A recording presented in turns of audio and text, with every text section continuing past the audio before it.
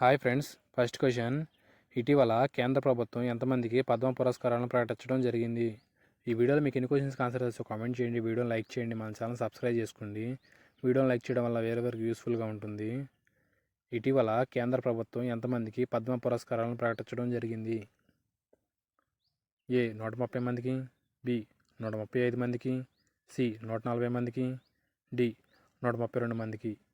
Answer తెలిస్తే comment చేయండి. Correct answer option D 132 మందికి. ఇటీవల కేంద్ర ప్రభుత్వం 132 మందికి పద్మ పురస్కారాలను ఇస్తున్నట్లు ప్రకటించడం జరిగింది.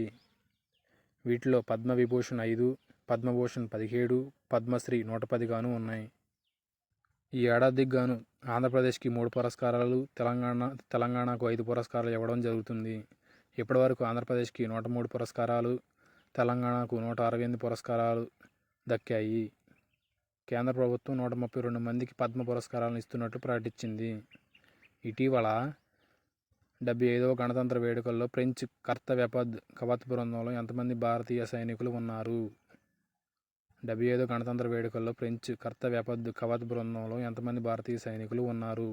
ఏ 6 మంది, బి 10 మంది, సి 7 మంది, డి 15 మంది. కరెక్ట్ ఆన్సర్ ఆప్షన్ ఏ 6 మంది. ఇటీవల నిర్వహించిన 75వ గణతంత్ర వేడుకల్లో ఫ్రెంచ్ కర్తవ్యపథ్ కవాత్ బృందంలో 6 మంది భారతీయ సైనికులు ఉన్నారని ఇటీవల ప్రకటించడం జరిగింది. ఈ యొక్క గణతంత్ర వేడుకల్లో ముఖ్య అతిథిగా ఫ్రాన్స్ అధ్యక్షుడు ఇమ్మాన్యుయల్ మ్యాక్రాన్ పాల్గొనడం జరిగింది.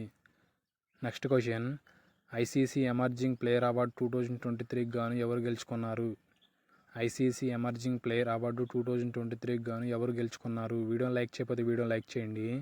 ఏ Virat Kohli, B Glenn Maxwell, C Rohit Sharma, D Rachin Ravindra. Correct answer option D Rachin Ravindra.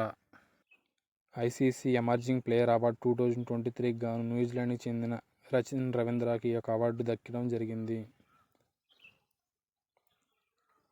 Next question. 132 Padma పురస్కారాల్లో ఎంతమంది విదేశీయులు ఉన్నారు? 132 పద్మ పురస్కారాల్లో ఎంతమంది విదేశీయులు ఉన్నారు? ఆన్సర్ని గెస్ చేయడానికి ట్రై చేయండి. ఏ 10 మంది, బి 8 మంది, సి 15 మంది, డి 4 మంది. ఆన్సర్ తెలిస్తే కామెంట్ చేయండి. కరెక్ట్ ఆన్సర్ ఆప్షన్ బి 8 మంది. ఇటీవల కేంద్ర ప్రభుత్వం ప్రకటించిన 132 మంది పద్మ పురస్కారాలకు ఎంపికయ్యారు. వీరిలో 8 మంది విదేశీయులు ఉన్నారు. Next question.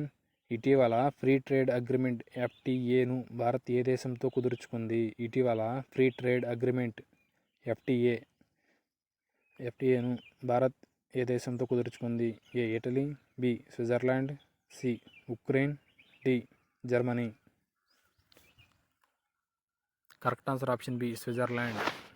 ఫ్రీ ట్రేడ్ అగ్రిమెంట్ను భారత్ స్విట్జర్లాండ్తో కుదుర్చుకోవడం జరిగింది. ఇటీవల భారతరత్న పురస్కారానికి ఎంపికైన మాజీ సీఎం పేరు ఏమిటి? ఇటీవల భారతరత్న పురస్కారానికి ఎంపికైన మాజీ సీఎం పేరు ఏమిటి? A Jayalalithaa, B Karpoori Thakur, C M Karunanidhi, D Srikrishna Sinha. Correct answer option B Karpoori Tagore.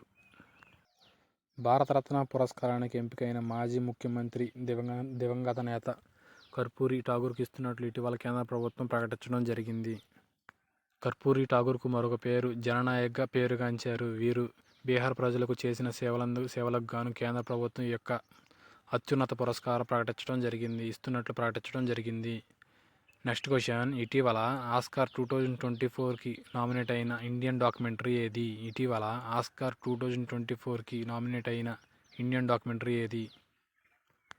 A the story of India, B to kill a tiger, C house of secrets, D rights with people. Correct answer option B to kill a tiger. To kill a tiger Oscar 2024 గాను nominate అయిన Indian documentary. Next question. ఒకే దేశం ఒకే ఎన్నిక అనే committee ఎవరు నేతృత్వంలో రూపొందించడం జరిగింది? ఒకే దేశం ఒకే ఎన్నిక అనే కమిటీ ఎవరి నేతృత్వంలో రూపొందించడం జరిగినది? A Amit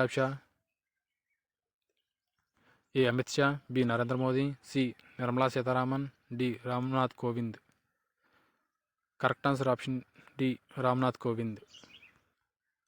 next question, Soraya అనే ఉపగ్రహాన్ని ఏ దేశం ప్రయోగించింది? వీడియోని లైక్ చేయకపోతే వీడియోని లైక్ చేయండి. సొరయ అనే ఉపగ్రహాన్ని ఏ దేశం ప్రయోగించింది? A Iran, B Iraq, C Japan, D Russia. Answer తెలిస్తే కామెంట్ చేయండి. Correct answer option A Iran. Soraya అనే ఉపగ్రహాన్ని ఇటీవల ఇరాన్ ప్రయోగించడం జరిగింది. వీడియో నచ్చితే వీడియోని లైక్ చేయండి, మీ ఫ్రెండ్స్కి షేర్ చేయండి. Have a nice day.